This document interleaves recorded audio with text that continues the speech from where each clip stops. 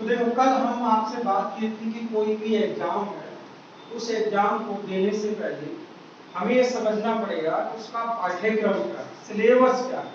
और सिलेबस जब हमारा क्लियर हो गया तो हमें मालूम पड़ जाएगा कि हमें क्या क्या पढ़ना है, और फिर उसी के अनुसार हम एक रणनीति प्लानिंग कर लेंगे कि हमें कौन कौन सा बुक्स पढ़ना है। देखिए पाठ्यक्रम में हमने आपसे बात किया था कि सामान्य अध्ययन का जो सेकंड पेपर है उसमें 3 सेक्शन है। पहले सेक्शन में आपको भारत की शासन व्यवस्था को पढ़ना है, दूसरे में उसी में ही है सामाजिक न्याय, और तीसरा टॉपिक है अंतर्राष्ट्रीय संस्थान।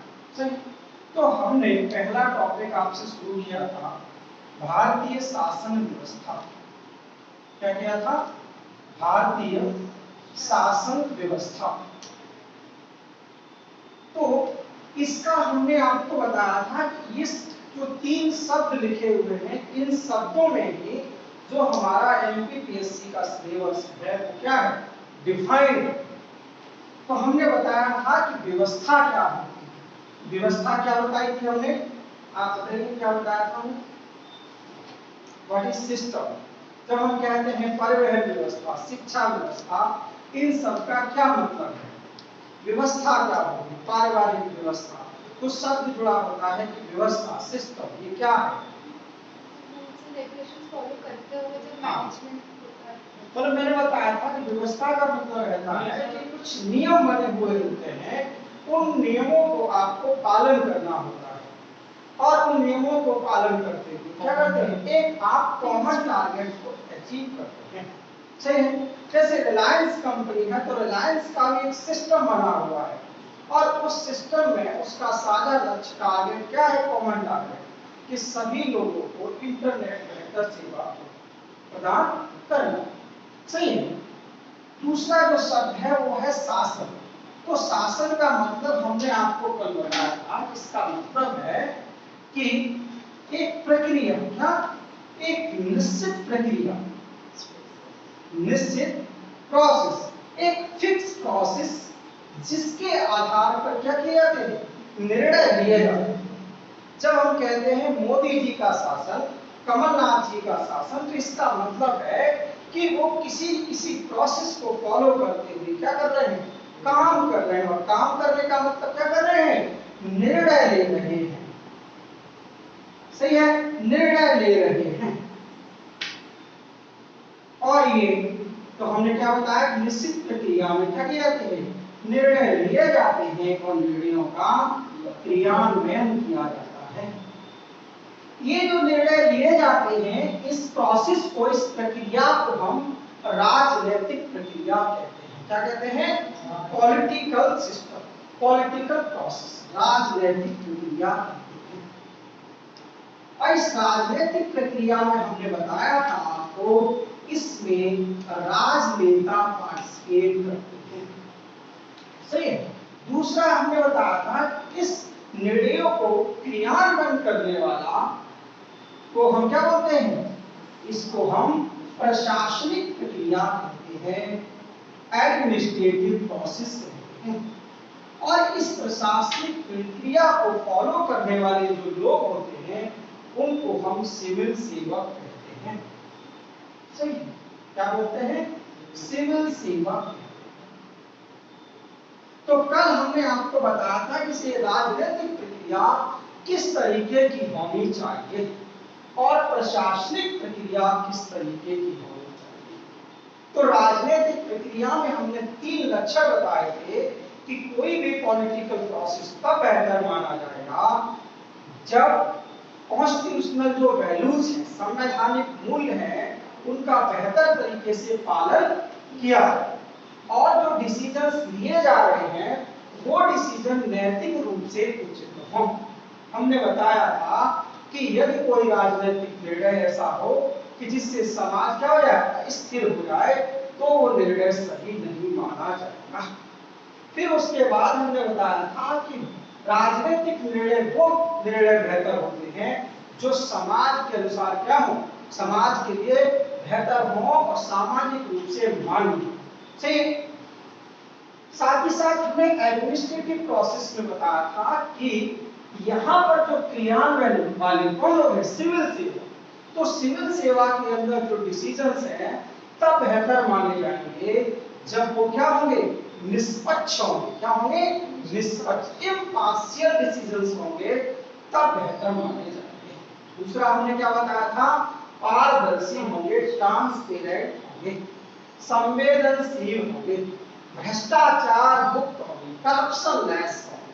सही, यदि उसमें भ्रष्टाचार हो रहा है, डीएम ऑफिस में भ्रष्टाचार हो रहा है, तो आप कहेंगे कि कलेक्टर साहब निर्णय सही नहीं ले रहे हैं। सही है। फिर हमने बताया था कि प्रश्न ये उठता है कि ये जो निर्णय है ये कौन लेता है। सही, कौन लोग हैं जो निर्णय लेते हैं। तो हमने बताया था आपको, जब एक व्यक्ति निर्णय लेता है तो उसको हम राजतंत्र कहते हैं। क्या कहते हैं, राजतंत्र कहते हैं, मोनार्की कहते हैं। और जब कुछ लोग निर्णय लेते हैं तो उसको हम अल्पतंत्र कहते हैं, ओलिगेसी कहते हैं। जैसे अंग्रेजों का शासन, कुछ ही अंग्रेज थे और उन्होंने पूरे भारत पर क्या किया, शासन किया, गवर्नेंस किया। सही। फिर हमने बताया था कि ये दोनों ही व्यवस्था जब बेहतर नहीं हुई तो तीसरा था विकल्प जनता। सही है। तो उसको हम क्या बोलते हैं, लोकतंत्र। जब सभी लोग मिलकर के निर्णय लें और उसका इम्प्लीमेंटेशन करें तो उसको हम क्या बोलते हैं, लोकतंत्र बोलते हैं। तो ये समझ में आ गया हमें कि कौन लोग हैं जो डिसीजंस को क्या करते हैं, लेते। फिर उसके बाद ये जो निर्णय है ये संबंधित किससे होते हैं, रिलेटेड किससे होते हैं। तो हमने आपको बताया था कि दुनिया में कोई भी डिसीजंस लिया जाता है वो 3 पॉइंट को ध्यान में रख कर ही लिया जाता है। पहला होता है क्या, सुरक्षा। सही है, सुरक्षा से संबंध। यदि मोदी जी की सरकार है, मोदी जी का शासन है, तो पहला कर्तव्य है कि वो 130 करोड़ भारतीयों को सिक्योर रखें। और दोनों तरीके से, एक तरीका पहला है कि वो शारीरिक रूप से क्या है, हर कोई अपने आप को सुरक्षित महसूस करे, और दूसरा क्या, मानसिक रूप से सुरक्षा। और दोनों ये सुरक्षाएं हैं, इनको चुनौती कौन दे सकता है, कुछ हो सकता है आंतरिक लोग चुनौती दें और कुछ बाहरी लोग। और बाहर में कौन हो सकते हैं, पाकिस्तान है, चीन है। तो हाल ही में क्या हो रहा है, घटनाएं हो रही है, तो ये हमारी सिक्योरिटी के लिए क्या है, चैलेंज। तो हमें ये सिक्योरिटी वाला सेक्शन भी पढ़ना है। हमने बताया था कि इसको आपके एक और टीचर पढ़ाएंगे कि आंतरिक सुरक्षा के कौन कौन से मुद्दे हैं। जैसे वर्तमान में जैसे साइबर सुरक्षा, नक्सलवाद, आतंकवाद, ये सारे टॉपिक्स हमें पढ़ने हैं। सही। दूसरा हमने बताया था कि जो निर्णय है ये निर्णय संबंधित होते हैं विकास से संबंधित, किससे संबंधित, डेवलपमेंट से संबंधित। सही। और किसी भी व्यक्ति का क्या क्या डेवलपमेंट होना चाहिए, किसी भी समाज का, पहला तो चीज है कि उसको क्या मिलना चाहिए, रोजगार मिलना चाहिए, उसको पैसा मिलना चाहिए, उसके पास बेहतर मकान हो, खाने के लिए उसके पास क्या हो, भोजन। तो पहला तो चीज है कि उसका आर्थिक विकास हो। और ये ध्यान रखिए, ये जो शब्द मैं यूज कर रहा हूं इस पर बाकायदा आपका क्लास होगा 20-30 दिन का। चलिए, दूसरा है सामाजिक विकास, सोशल डेवलपमेंट। हमने बताया था कि वो विकास जो समाज से जुड़ा हुआ होता है, जैसे शिक्षा है, स्वास्थ्य है, इन विषयों से जुड़े हुए विकास को हम सामाजिक विकास, सोशल डेवलपमेंट कहते हैं। सही। Economic development. तीसरा हमने बताया था कि ये जो निर्णय है ये किससे संबंधित है, न्याय से संबंधित नहीं, राजनैतिक विकास, पॉलिटिकल डेवलपमेंट, राजनैतिक विकास। सही है। जब देश स्वतंत्र हुआ तो उस समय क्या था, अधिकार दिया गया था वोट डालने का। सही है, पहले बैलेट पेपर का प्रयोग किया जाता था, अब क्या किया जा रहा है, ईवीएम मशीन का प्रयोग किया जा रहा है। भविष्य में तकनीकी डेवलपमेंट होगा, टेक्नोलॉजिकल डेवलपमेंट होगा, तो नए नए तरीके आएंगे और उन नए तरीकों का भी क्या होना चाहिए, निरंतर विकास होता रहना चाहिए। हाल ही में आप लोगों ने सुना होगा पेपर में चुनावी बॉन्ड, क्या सुना होगा, चुनावी बॉन्ड, इलेक्टोरल बॉन्ड, ऐसा शब्द सुना होगा आपने। तो ये जो है ये क्या है, ये विकास को दर्शाता है, धीरे धीरे क्या हो रहा है, डेवलपमेंट हो रहा है। तो दूसरे निर्णय किससे संबंधित होते हैं, तो मोदी जी की सरकार यदि है, शासन है, तो उनका कर्तव्य है कि वो निरंतर क्या करते रहें, डेवलपमेंट करते रहें। और तीसरा जो है, ये जो निर्णय है ये संबंधित होते हैं न्याय से, किससे संबंधित, न्याय से, सही है। और न्याय सिंपल सी बात है, कहीं किसी के पास हो सकता है आर्थिक न्याय, हो सकता है कोई व्यक्ति नौकरी कर रहा हो और उसकी सैलरी, हो सकता है कोई कंपनी खोले और कंपनी में कोई विवाद उत्पन्न हो जाए तो वो कहीं ना कहीं उसको न्यायपालिका। दूसरा, हर व्यक्ति को शिक्षा चाहिए, तो शिक्षा से संबंधित, आर्थिक, सामाजिक और राजनीतिक न्याय, क्योंकि जब व्यक्ति का विकास होगा तो विवाद भी उत्पन्न होंगे, सही है, और जब विवाद उत्पन्न होंगे तो वहां पर न्याय मिलना बहुत जरूरी है, क्योंकि कोई न कोई पीड़ित होगा, सही, और कोई न कोई लोग जो एक्सप्लॉयटेशन करने वाला होगा, तो उस एक्सप्लॉयटेशन से बचाने के लिए क्या है, जस्टिस की आवश्यकता है। तो हमें इस समझ में आ गया कि निर्णय कौन लेता है, निर्णय किससे संबंधित होते हैं। अब प्रश्न है कि ये जो निर्णय लेने वाली कोई न कोई क्या होनी चाहिए, संस्था होनी चाहिए। जैसे जो परिवार होता है, जैसे सौभाग्य का परिवार, तो सौभाग्य के परिवार में एक सिस्टम बना हुआ है, तो वहां शासन करने वाले कौन होंगे, इसके पापा होंगे। तो जो पापा जी हैं वो क्या है, उनको क्या करना है, शासन करना है, निर्णय लेना है, और निर्णय लेना है कि सौभाग्य हर समय क्या रहे, सही है, सिक्योर रहे। और वो कैसे, शारीरिक रूप से भी और मानसिक रूप से भी। वो मानसिक रूप से कब मजबूत होगा, जब उसको शिक्षा दी जाएगी, बेहतर उसकी परवरिश की जाएगी, और साथ ही साथ शारीरिक रूप से सुरक्षित कब रहेगा, जब वो जाएगा तो हर जगह क्या लगी होगी, पुलिस लगी होगी, जो सुरक्षा हमारे लोगों को क्या करा रही है।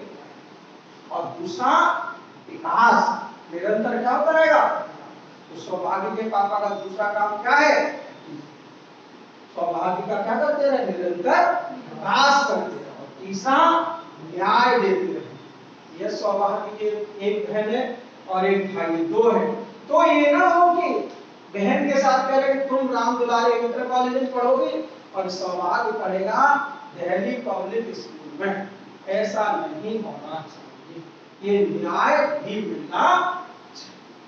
अब जो कि हम किसी के परिवार की शासन व्यवस्था को पढ़ नहीं रहे, ना हम रिलायंस कंपनी की शासन व्यवस्था को पढ़ रहे, गवर्नेंस सिस्टम को पढ़ रहे हैं, हम किसकी पढ़ रहे हैं, हम पढ़ रहे हैं भारत की।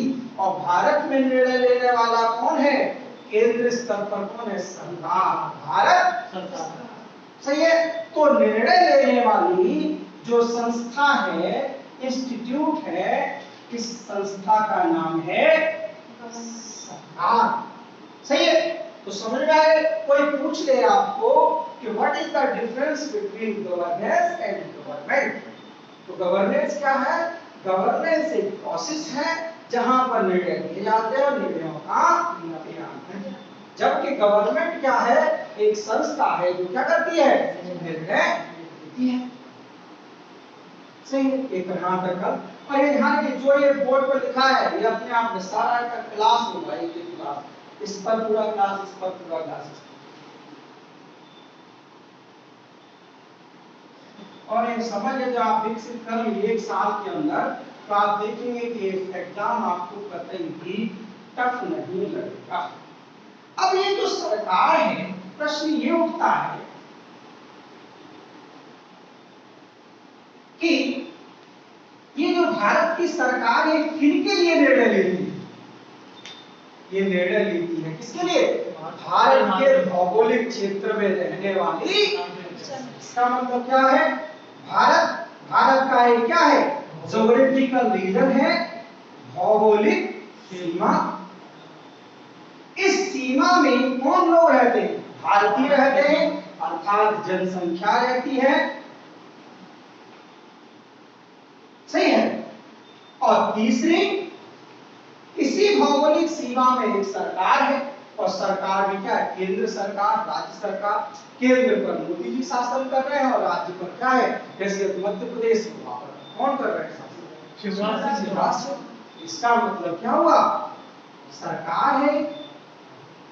और तीसरा, ये जो भारत की सरकार है इसको कोई भी चुनौती नहीं दे सकता। चाइना, अमेरिका ये नहीं कह सकते कि नहीं, डिसीजन लेना है तो हमारे अनुसार निर्णय लें, ऐसा नहीं कर सकता। अमेरिका कहेगा, ट्रंप कह सकते हैं मोदी जी से कि नहीं हमारे अनुसार आप पॉलिसी बनाओ, ऐसा नहीं। और जब व्यक्ति खुद अपने निर्णय ले सके, कोई भी बाहरी तत्व उसको रेगुलेट न करे, तो इसको हम संप्रभुता कहते हैं। संप्रभुता, सॉवरेनिटी है।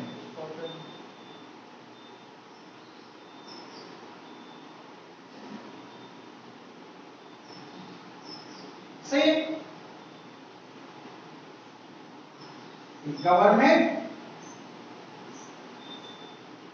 पॉपुलेशन और ज्योग्राफिकल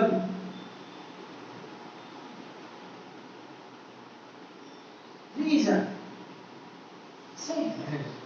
भौगोलिक सीमा, जनसंख्या, सरकार और संप्रभुता। सही है। इन चारों को मिला दिया जाए, उसी को हम राज्य कहते हैं। क्या कहते हैं? राज्य। ये मध्य प्रदेश तो एक प्रदेश है, मध्य प्रदेश। सही है। राज्य का मतलब, राज्य की परिभाषा है कि वो भौगोलिक सीमा जहां पर जनसंख्या निवास करती है, वहां एक सरकार होती है जो इस जनसंख्या के लिए निर्णय लेने के लिए क्या होती है? संप्रभु। इसे बाहरी तत्व कोई भी चुनौती नहीं दे सकता। भारत की सरकार को कोई भी चुनौती नहीं दे सकता। अगर वो चुनौती देगा तो उसको क्या किया जाएगा? शांत किया जाएगा। चाहे वो नक्सली हो, चाहे आतंकवादी हो, चाहे चाइना हो, चाहे पाकिस्तान हो, इस संप्रभुता को, अर्थात निर्णय लेने की शक्ति को क्या है? इसको हम क्या बोलते हैं? राज्य। समझ में आ गया? तो लिखिए, राज्य क्या है? राज्य की परिभाषा लिखिए। पहले तो क्या है? पहले तो आप राज्य की परिभाषा लिखिए।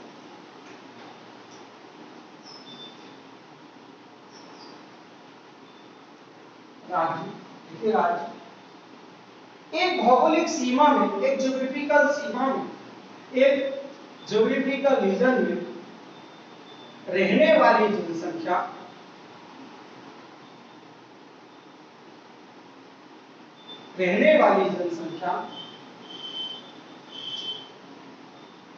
पर शासन करने के लिए, गवर्नेंस करने के लिए एक सरकार होती है, और यह सरकार, यह गवर्नमेंट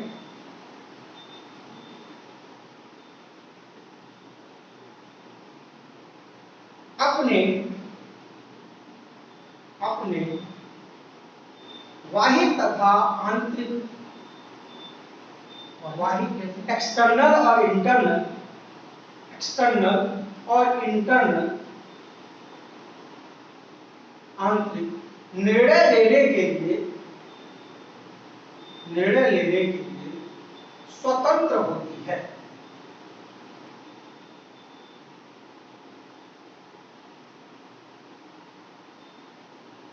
इसे ही हम राज्य कहते हैं। इसको हम क्या बोलते हैं? स्टेट बोलते हैं। सही है? तो बोलते हैं स्टेट। समझ में आ गया? कि जब कोई कहेगा, जब किसी किताब में आपके शब्द लिखा होगा राज्य, तो आप राज्य का मतलब समझ जाएंगे कि राज्य का मतलब क्या है कि एक ज्योग्राफिकल रीजन जहां जनसंख्या।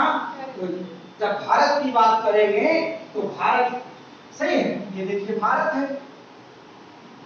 इस भारत की क्या है, भारत में 130 करोड़ भारतीय रहते हैं और यहाँ पर सरकार है, और सरकार क्या है, अपने निर्णय लेने के लिए स्वतंत्र, बाहरी कोई भी शक्ति क्या है। अब यही 2015 में प्रश्न पूछा गया कि प्रस्तावना में दिए गए शब्द संप्रभुता, प्रेमबिल में जो सॉवरेनिटी शब्द दिया गया है, इस शब्द का तात्पर्य क्या है, what is the meaning of sovereignty. तो बताइए, इसके लिए किताब पढ़ने की जरूरत है। यदि आप बढ़िया तरीके से शब्दों को कनेक्ट करते हुए पढ़ेंगे तो आपको दिक्कत नहीं। अब अगली चीज ये है, हमने आपको राजतंत्र बताया, अल्पतंत्र बताया और लोकतंत्र। तो प्रश्न ये उठता है कि अकबर का शासन समाप्त क्यों हो गया? क्या राजतंत्र सही नहीं था? क्या अल्पतंत्र अंग्रेजों का शासन सही नहीं था? सही नहीं था का मतलब क्या हुआ कि क्या निर्णय सही नहीं लिए गए या उनका इम्प्लीमेंटेशन सही नहीं किया। तो वो व्यवस्था से लेकर के, अर्थात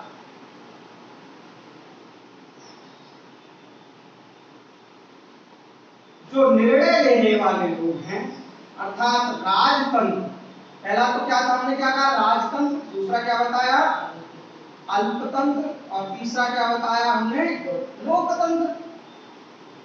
तो ये जो लोकतांत्रिक शासन व्यवस्था, ये तो बाद में आई ना, इससे पहले क्या अल्पतंत्र आया था, उससे भी पहले राजतंत्र।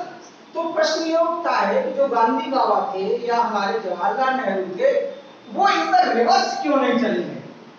रिवर्स चले जाना चाहिए था उनको, कहते कि नहीं, हम जवाहरलाल नेहरू को सम्राट बनाएंगे, सही है, कह सकते थे ना, महाराजा बनाएंगे। लेकिन ये इधर रिवर्स क्यों नहीं गए? इन्होंने ये क्यों कहा कि हमें अल्पतंत्र भी नहीं चाहिए और राजतंत्र भी नहीं चाहिए, हमें क्या चाहिए, सही है। जवाहरलाल नेहरू को संसद में बोलना पड़ा, उन्होंने कहा कि हमें राजा रजवाड़ों से कोई भी अब कोई लेना देना नहीं, हमें ये व्यवस्था पसंद, हमें वो सिस्टम नहीं पसंद। प्रश्न उठता है ऐसा क्यों है? हिटलर का शासन भी था, लेकिन हिटलर के शासन को हम क्या कहते हैं, खराब कहते हैं। तो आखिर ये जो व्यवस्था है, इस व्यवस्था में क्या कमियां, कोई परिभाषा लिखिए आप लोग, लिखिए, एक पैराग्राफ चेंज कर लीजिए। जहां शासन एक प्रक्रिया है, जहां शासन एक प्रक्रिया है, हाँ अगला पैराग्राफ चेंज कर, जहां शासन एक प्रक्रिया है, जहां निर्णय लिए जाते हैं और उनका क्रियान्वयन किया जाता है,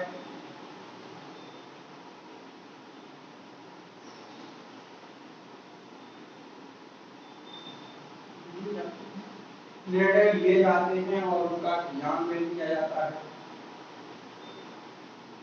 वहीं सरकार एक संस्था होती है, सरकार एक संस्था होती है जो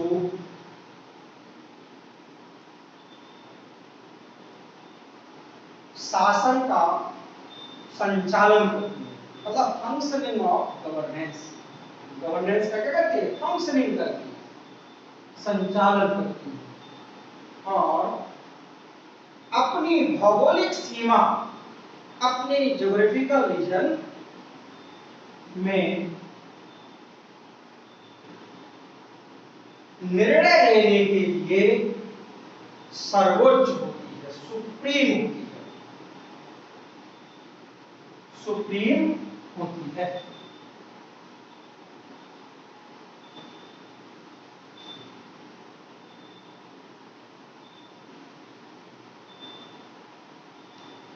देखिए, अब समझते हैं ऐसा क्यों होता है कि हमने अकबर के शासन को भी बेशक महान था, लेकिन हमने कहा कि नहीं, हम रिवर्स नहीं जा सकते। हमने कहा कि अंग्रेजों के बाद हमें क्या चाहिए, जनता का शासन चाहिए, अर्थात सारे लोग भी निर्णय ले। वो अलग बात है, हम प्रत्यक्ष अप्रत्यक्ष वो बात की बात है, लेकिन जनता का शासन होगा। अब किसी एक व्यक्ति का शासन नहीं होगा, कुछ व्यक्ति का शासन नहीं होगा। तो देखिए, जब राजतंत्र या अल्पतंत्र जब होता है तो देखिए किस तरीके की हायरार्की बनती है। ऊपर होता है शासक वर्ग, जो गवर्नेंस करने वाला जो ग्रुप है वो होता है, और नीचे कौन होते हैं, लोग होते हैं जिन पर शासन किया गया है, मतलब शासित वर्ग। तो इसका मतलब क्या है कि ये व्यक्ति जो मन में आएगा, अकबर है तो इसके जो मन में आएगा वो डिसीजन ले लेगा। ये कहेगा कि हमारा भतीजा इस राज्य का क्या बनेगा, गवर्नर बनेगा, सिंपल सी बात है। बेटा हमारा वित्त मंत्री बनेगा, जो हमारी भतीजी है वो फाइनेंस मिनिस्टर, मतलब गृह मंत्रालय, अलग अलग मंत्रालय दे देगा। क्यों? क्योंकि अकेला। यह हो सकता है कि कुछ अंग्रेज होंगे तो अंग्रेज क्या कहेंगे कि ये जो इंडियंस हैं, इन इंडियंस को कोई भी पद देने से कोई फायदा नहीं है, क्योंकि ये लोग असभ्य और जंगली होते हैं, इनको मालूम ही नहीं है कि शासन कैसे किया जाता है, तो इनको जरूरत नहीं है। इस वजह से आवश्यकता है कि हम हर क्या है, इंग्लैंड से ही हर क्या है, हर व्यक्ति को बुलाएं जो क्या करे, इन लोगों पर शासन करे। और उनसे पूछा जाएगा कि हम क्यों नहीं है, हमने तो वेद लिखे, सब लिखा, इतना हम महान है हमारा देश। तो कहेंगे देखो तुम बेशक वेद में लिखे होंगे, लेकिन उन वेद की कोई जरूरत, तुम शासन करने लायक नहीं। तुम शासन करने लायक होते तो मुझे जरूरत ही क्या पड़ती कि मैं तुम पर शासन, तुम शासन करने लायक नहीं। इसी वजह से अंग्रेज क्या करेंगे। तो इसका मतलब क्या हुआ कि ये जो शासक वर्ग है, इसके निर्णयों का जो लाभ है, डिसीजंस का जो बेनिफिट, वो हो सकता है मिले और हो सकता है नहीं मिले। क्यों? यदि एक व्यक्ति हिटलर टाइप का होगा तो ये क्या कहेगा, इनक्लोज, एक काम करो चैम्बर बनवाओ और उसको चैम्बर में गैस डालते उसको बंद करके आराम से सही। और हो सकता है अलाउद्दीन खिलजी टाइप का हो सकता है कि समझदार व्यक्ति अकबर टाइप का हो, दयालु टाइप का, तो हो सकता है अच्छा डिसीजन ले। लेकिन कहीं ना कहीं क्या है, इसमें प्रॉब्लम होगी ही। इस वजह से क्या है, ये व्यवस्था सही। तो पैराग्राफ, इस डायग्राम को बनाइए, निर्णयों का लाभ नहीं मिलता। सही, इधर क्या है, शासक वर्ग, और नीचे क्या है,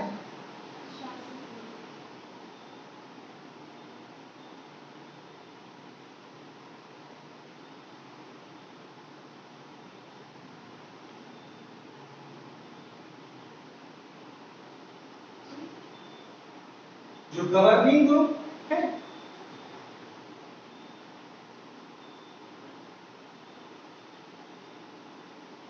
यहां आप लिख सकते हैं आम जनता, आम जनता मेजोरिटी। किसमें, इसमें ये डिसीजन से हमने इस तरीके से लगाया है, निर्णयों का लाभ, बेनिफिट्स ऑफ डिसीजंस।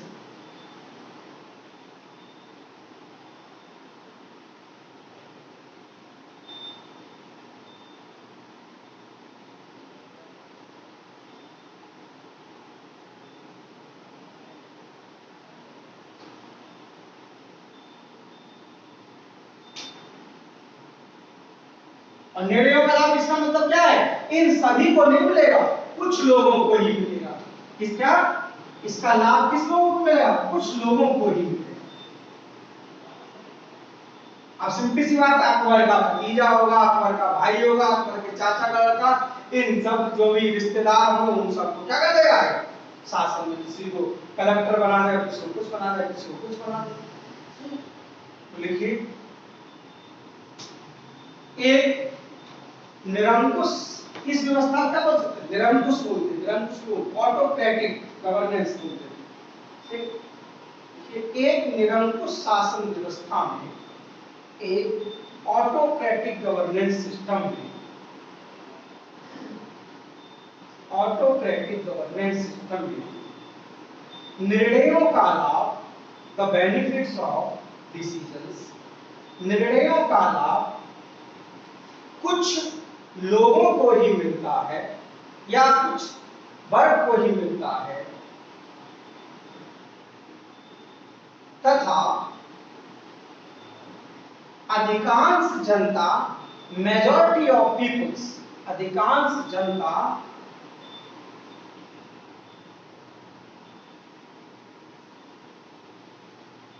इन निर्णयों के लाभ से वंचित हो जाती है। कुछ लोगों को ही मिलता है तथा अधिकांश जनता, मेजॉरिटी ऑफ पीपल्स, इन निर्णयों के लाभ से वंचित, डिप्राइव रह जाते हैं।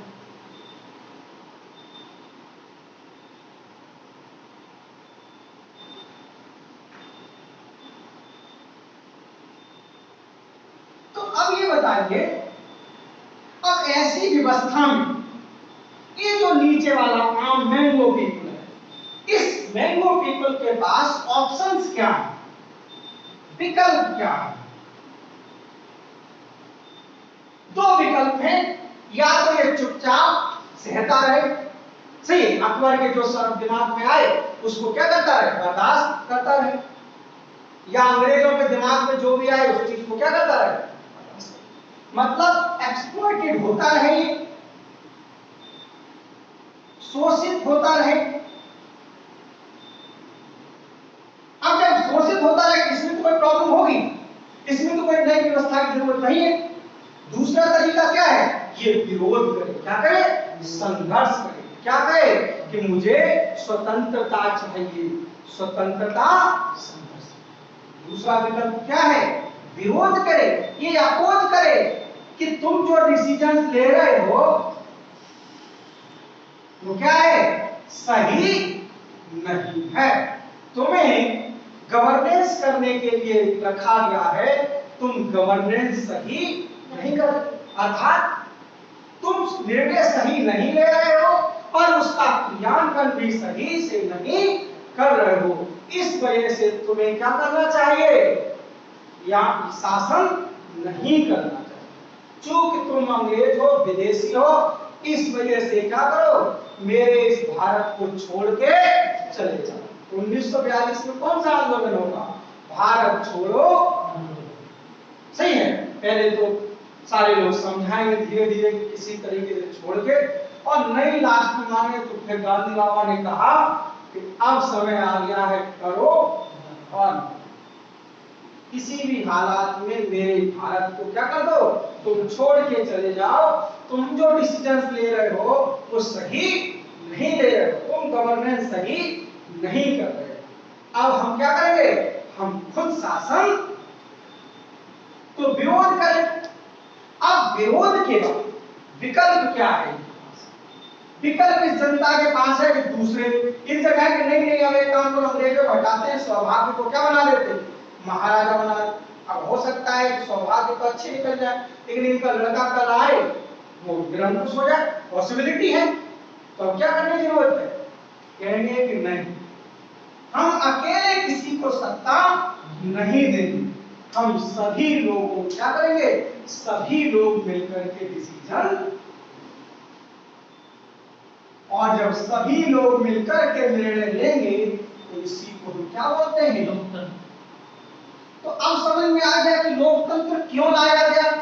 कोई पूछ ले कि डेमोक्रेटिक गवर्नेंस सिस्टम की दुनिया के अंदर क्यों जरूरत पड़ी, और आज भी आप देखेंगे कि अफ्रीकन कंट्री और जगह पर भी धीरे धीरे डेमोक्रेसी की तरफ हर कोई बढ़ रहा है। चाइना में भी इस समय डिमांड चल रही है कि डेमोक्रेसी होनी चाहिए, समझ में आ गया। तो इसी को क्या कहते हैं, लोकतंत्र। लिखिए आगे, हाँ इस डायग्राम को बना लीजिए, डायग्राम नीचे बनाइए। इस शोषित वर्ग पर, इस शोषित वर्ग के पास ऑप्शंस क्या है? शोषित होता है या विरोध है, अपोज है?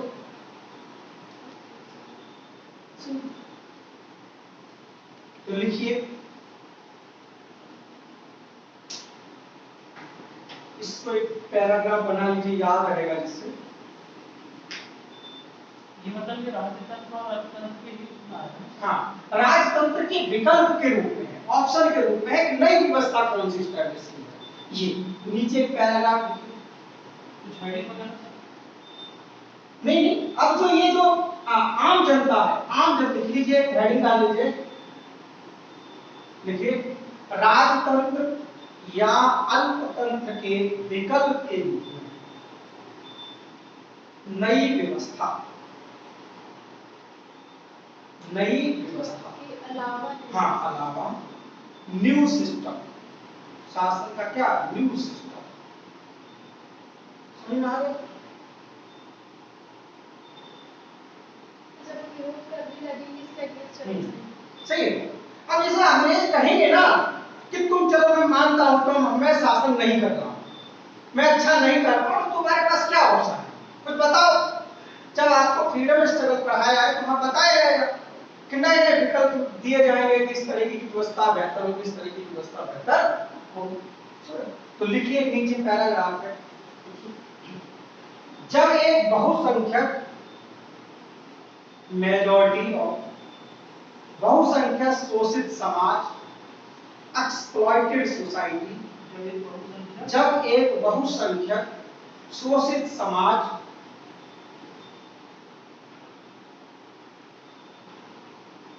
जब किसी व्यवस्था को, जब किसी व्यवस्था को समाप्त करती है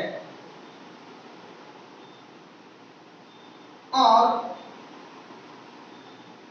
नई व्यवस्था को, नई व्यवस्था को सृजित करती है, क्रिएट करती है, सृजित करती है, तो वह अपने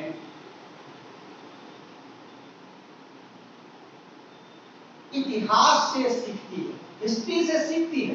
तो अब समझ में आ गया कि हमें हिस्ट्री क्यों पढ़ाया जाता है, कि हम उस इतिहास से सीखें कि एक राजतंत्र में कैसा सिस्टम था, लोकतंत्र में कैसा सिस्टम था। मोदी जी की पावर इस समय है, मोदी जी की पावर इतनी ना बढ़ जाए कि वो तानाशाह हो जाए, ऐसा नहीं होना चाहिए। क्यों? क्योंकि हमने इतिहास में सीखा है कि जब जब कोई एक व्यक्ति के अंदर शक्तियां, सारी डिसीजन लेने की जो पावर है, जब एक व्यक्ति में होती है तो वो ऑटोक्रेटिक हो जाता है। सही है? तो हमने क्या लिखा है आपको, तो वह अपने इतिहास से सीखती है। भारतीय स्वतंत्रता संघर्ष भी, भारतीय स्वतंत्रता संघर्ष भी, इंडियन फ्रीडम स्ट्रगल भी, भारतीय स्वतंत्रता संघर्ष, इंडियन फ्रीडम स्ट्रगल इसी का संकेत है, इसी का सिंबल।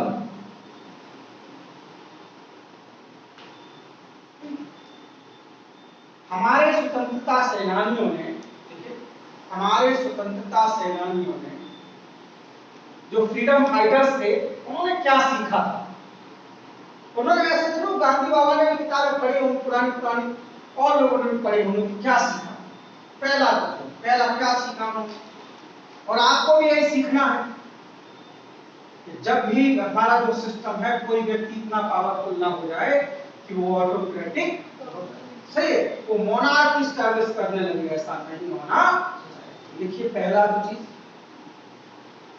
क्या सीखा? हाँ, नहीं, पॉइंट वाइज हमारे आखिर ये जो हमारे स्वतंत्रता सेनानियों ने क्या सीखा था, इतिहास पढ़े। पहला पॉइंट, सरकारें अधिकतर निरंकुश होती है, ऑटोक्रेटिक होती है। अधिकतर मैक्सिमम अधिकतर निरंकुश होती है, ऑटोक्रेटिक। सही है।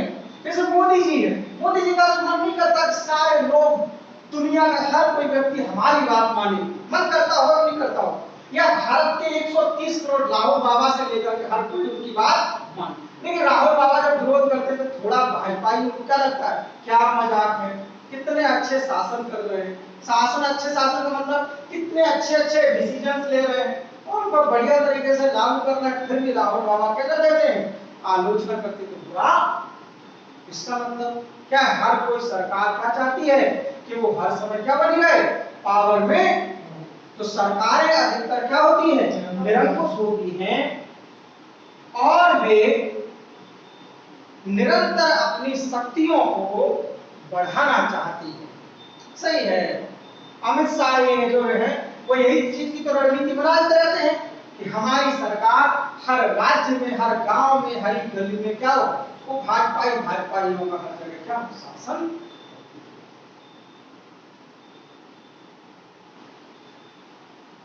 तो समझ में आ गया। दूसरा पॉइंट देखिए, तो पहला पॉइंट क्या समझ में आ गया कि डेमोक्रेटिक सिस्टम पूछ किया जाए क्यों लाया गया होगा देश में। तो हमारे स्वतंत्रता सेनानियों ने ये जाना था इतिहास से कि सरकार जो भी बनेगी वो निरंकुश होगी ही होगी यदि वहां पर एक व्यक्ति का शासन हुआ, और वो व्यक्ति यदि एक व्यक्ति है तो वो निरंतर अपनी पावर को क्या करता रहेगा, बढ़ाने का प्रयास करेगा। इस वजह से आवश्यकता है कि हम ऐसी विकल्प लाएं, ऐसा ऑप्शन लाएं जिससे कोई एक व्यक्ति कभी भी ज्यादा पावरफुल न हो। दूसरा पॉइंट लिखिए, सरकार यदि निरंकुश होती है, ऑटोक्रेटिक, तो वो क्या करेगी, जैसे मोदी जी मान लीजिए निरंकुश हो जाए, एक का मतलब सारी शक्तियां उनके पास क्या हो, तो वो करेंगे क्या, करेंगे उनका मन करेगा कि कोई भी हमसे प्रश्न ना करे, कोई हमसे ना पूछे कि नोटबंदी क्यों की, लॉकडाउन क्यों लगाया, ये सारी बातें हमसे कतई पूछे, वो ना पूछे कि पीएम केयर फंड का जो पैसा है वो कहां जा रहा है, कोई हमसे पूछे। देखिए पहला तो क्या लिखा हमने कि जब निरंकुश होती है तो वे जनता के अधिकारों को समाप्त करने का, जनता के अधिकारों को समाप्त करने का, डिसॉल्व करने का प्रयास करती है। सही है।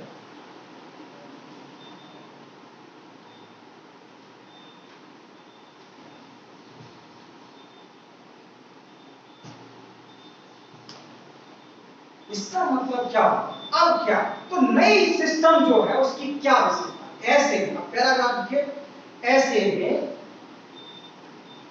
में नई व्यवस्था ऐसी होनी चाहिए जिसमें, नई व्यवस्था ऐसी होनी चाहिए जिसमें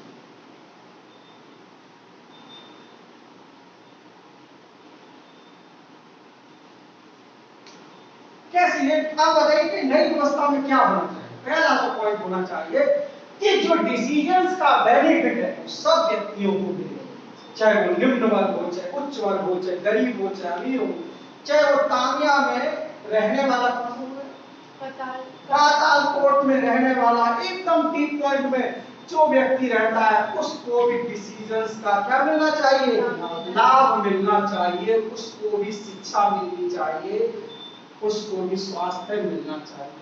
अंडमान निकोबार में आज भी रहने वाला जो व्यक्ति आज भी पत्ते पहनता है, उसे कपड़े पहनने का पता नहीं है कैसे पहने आते, उसको भी ये मालूम होना चाहिए एजुकेशन क्या होती है, मकान क्या होता है, नौकरी क्या होती है। तो पहली तो नई व्यवस्था में क्या होना चाहिए कि निर्णयों का लाभ समाज के सभी व्यक्तियों को मिलना चाहिए। दूसरा पॉइंट लिखिए, निर्णय प्रक्रिया में जिसमें एक पहला पॉइंट लिखा नहीं, निर्णयों का लाभ, द बेनिफिट्स ऑफ डिसीजंस, निर्णयों का लाभ समाज के, सोसाइटी के सभी वर्गों को मिलना चाहिए। और ग्रुप्स को क्या करना चाहिए? मिलना चाहिए। सही। पहले तो पॉइंट क्या है कि मोदी जी जब, अब इस समय क्या हो रहा है, मोदी जी ये नहीं कह सकते हैं कि जब सिलेंडर बांटे तो कहेंगे कि नहीं नहीं सवर्ण जातियों को मिलेगा, निम्न जातियों को नहीं मिला, वो ऐसा नहीं कह सकते। उनको क्या करना पड़ेगा?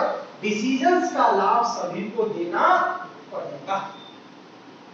दूसरा पॉइंट क्या है कि जो ये डिसीजंस लिए जा रहे हैं इनमें सभी लोगों का क्या हो? पार्टिसिपेशन हो। शिक्षा की नीति बने तो सभी लोग क्या रहे? उसमें अपने विचार दें। जैसे शिक्षा की नीति बननी तो कोई जो पैसे वाला व्यक्ति है, धनाढ्य व्यक्ति है, सही है, या उद्योगपति है, वो क्या चाहेगा? शिक्षा की व्यवस्था कैसी? वो चाहेगा कि बड़ी बड़ी यूनिवर्सिटी बनाई जाए जहां पर मेरा जो पैसा है वो क्या है? लगाया जाए। लेकिन गरीब बुधई जो है, सही है, गरीब बुधई है, धनिया है, वो क्या चाहेगा? वो चाहेगा कि शिक्षा इस तरीके की हो कि हमारा गरीब का जो बच्चा है वो भी स्कूल में जा सके। उसके लिए मिड डे मील की व्यवस्था होनी चाहिए, उसके लिए फीस एकदम न्यूनतम होनी चाहिए, कोई भी किसी भी तरीके का फालतू का चार्ज। लेकिन जो उद्योगपति है, जो पैसे वाला, वो क्या कहेगा कि अच्छे अच्छे कॉलेज बनाओ, चाहे फीस कितनी भी हमसे ले। तो इसका मतलब क्या हुआ? इन दोनों लोगों को हमें सेटिस्फाई, इसके लिए क्या करना पड़ेगा? पीपल पार्टिसिपेशन बढ़ाना पड़ेगा, जन सहभागिता बढ़ानी पड़ेगी, तो शासन को अच्छा माना जाएगा। तो दूसरा पॉइंट हमने क्या लिखा है? जन सहभागिता होनी चाहिए। एक और पॉइंट लिख लीजिए लास्ट, दूसरा जन सहभागिता होनी चाहिए। जन सहभागिता होनी चाहिए। अगला एक और पॉइंट लिख लीजिए, निर्णयों को लेने वाले की जवाबदेहिता भी होनी चाहिए, अकाउंटेबिलिटी भी होनी। मोदी जी ने यदि निर्णय लिया कि नोटबंदी होनी चाहिए तो ये उनका काम भी है कि जब बुधई पूछे कि आखिर नोटबंदी क्यों की, तो वो जवाब दें। वो कहे कि नहीं नहीं मुंह से मत बोलो, हमें लिख कर दो, अपने साइन करो कि जो नोटबंदी हुई उससे क्या क्या लाभ हुए, जो पैसा इकट्ठा हुआ वो कहां गया। तो अकाउंटेबिलिटी भी होनी। तो लिखिए लास्ट में, साथ ही साथ पारदर्शिता भी होनी चाहिए।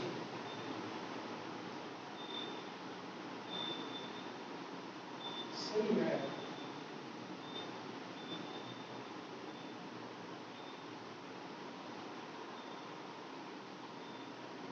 तो समझ में आया? अब बताइए, ये जो हमने विशेषताएं लिखी, अकबर चाहेगा कि सभी लोग हमें जो डिसीजन ले रहे हैं उसमें शामिल हो? चाहेगा अकबर? नहीं चाहेगा। अलाउद्दीन खिलजी चाहेगा?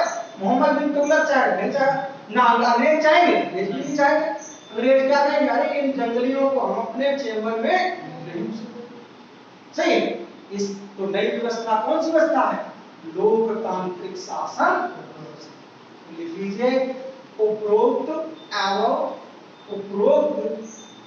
सभी विशेषताएं, फीचर्स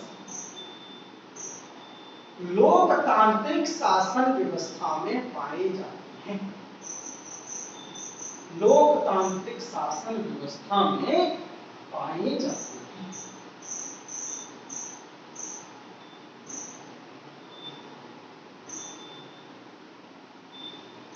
समझ में आ गया कि क्लियर हो गया कि जो हमारे स्वतंत्रता सेनानी थे उन्होंने आखिर क्यों ये नया सिस्टम लेके आए, इसके पीछे के रीजंस हम जानते। और जब आपको स्वतंत्रता संघर्ष पढ़ाया जाएगा, इतिहास पढ़ाया जाएगा, तो और डीप में आपको बताया जाएगा कि किस तरीके से भारत स्वतंत्र हुआ। अब देखिए,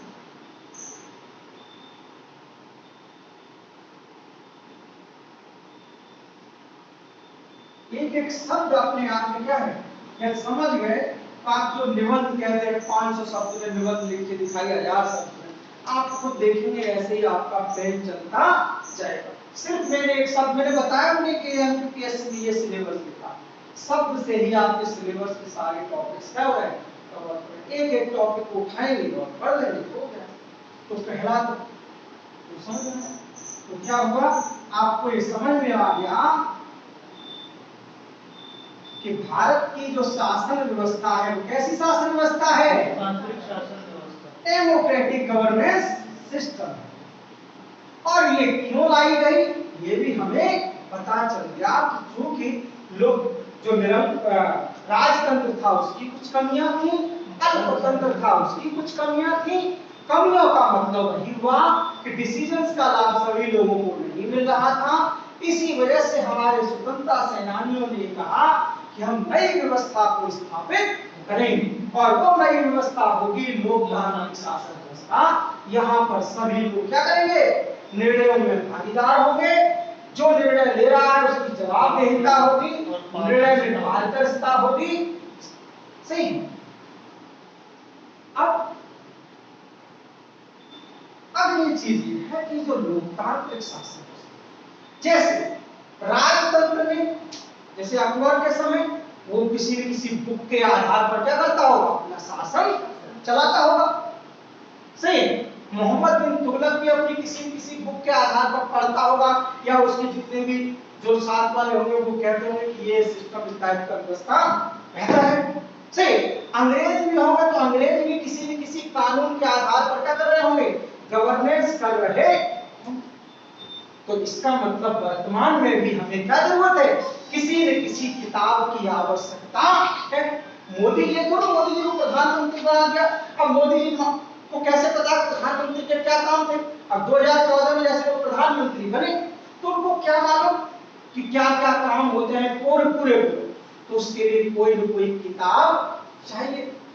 इसी किताब को हम संविधान क्या कहते हैं, कॉन्स्टिट्यूशन। इस शासन व्यवस्था को चलाने वाली जो किताब है, इस किताब को हम संविधान। सही। और चूंकि भारत का शासन व्यवस्था पढ़ रहे हैं तो आपको किताबों में लिखा मिलेगा भारत का, कोई किताब उठाएंगे तो पहले ही पेज पर लिखा हुआ होता है भारत का संविधान। समझ में आ गया। अब संविधान कॉन्स्टिट्यूशन, अब आप देखेंगे कि संस्कृत ये दो शब्दों से मिला हुआ है, एक सम, दूसरा है विधान। इसका सही। और सम का मतलब संस्कृत में होता है समान। सम का मतलब क्या, समान। और विधान का मतलब होता है कानून, लॉ, कानून। तो इसका मतलब समान कानून।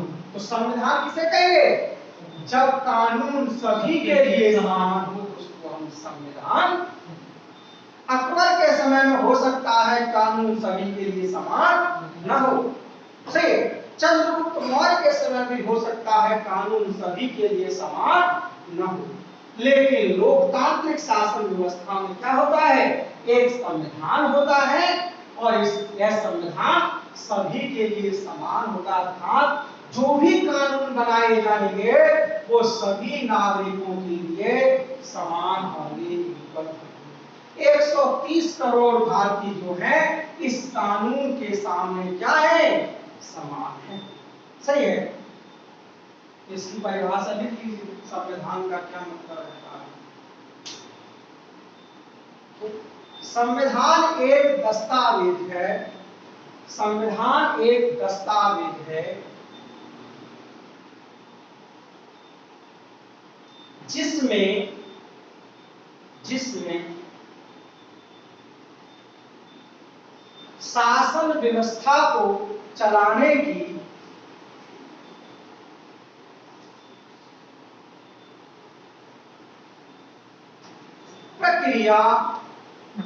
प्रक्रिया प्रोसेस दिया हुआ होता है।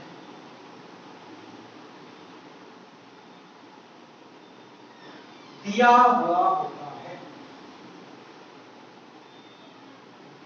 साथ ही साथ संविधान में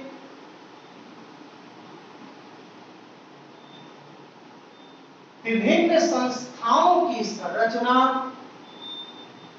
तथा स्ट्रक्चर तथा विभिन्न संस्थाओं डिफरेंट इंस्टीट्यूट्स विभिन्न संस्थाओं की संरचना तथा उनके कर्तव्य ड्यूटीज कर्तव्य तथा अधिकार दिए हुए होते हैं। अधिकार दिए हुए होते हैं। सही है।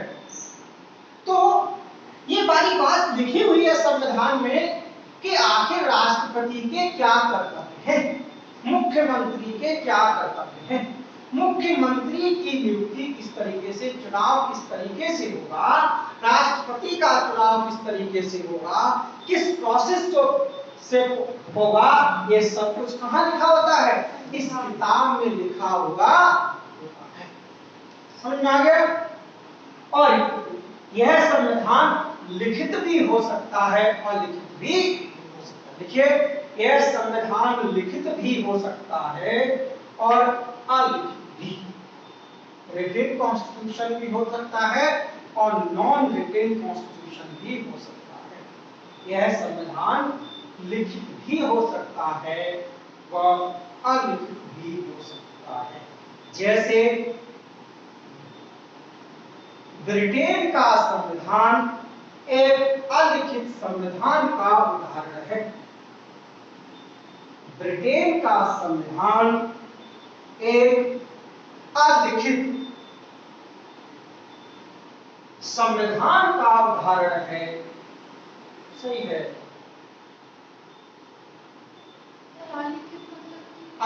मतलब लिखा हुआ नहीं, परंपराओं के आधार पर, हाँ, ट्रेडिशंस के आधार पर क्या हो रहा है? प्रोसेस चल रहा है। सही। तथा अमेरिका का संविधान व भारत का संविधान एक लिखित संविधान है, रिटेन कॉन्स्टिट्यूशन है। सही है। अमेरिका के संविधान में कोष्टक में आप लिख सकते हैं दुनिया का पहला लिखित संविधान कहाँ का संविधान था? अमेरिका का। यह प्री में बहुत बार प्रश्न आपको पूछा गया है। ये जो पैराग्राफ नीचे लिखवाए ये सारे प्रश्न आपको पूछे जा चुके हैं एग्जाम में। तो आज हम जानेंगे इसका मतलब क्या हुआ कि हमें सिलेबस में ये भी पढ़ना है कि भारत का संविधान, सिलेबस का ये पॉइंट भी। अब इसके अंदर क्या पॉइंट है, संविधान के कौन कौन से टॉपिक्स हैं, इस पर हम बात करते हैं। सही है।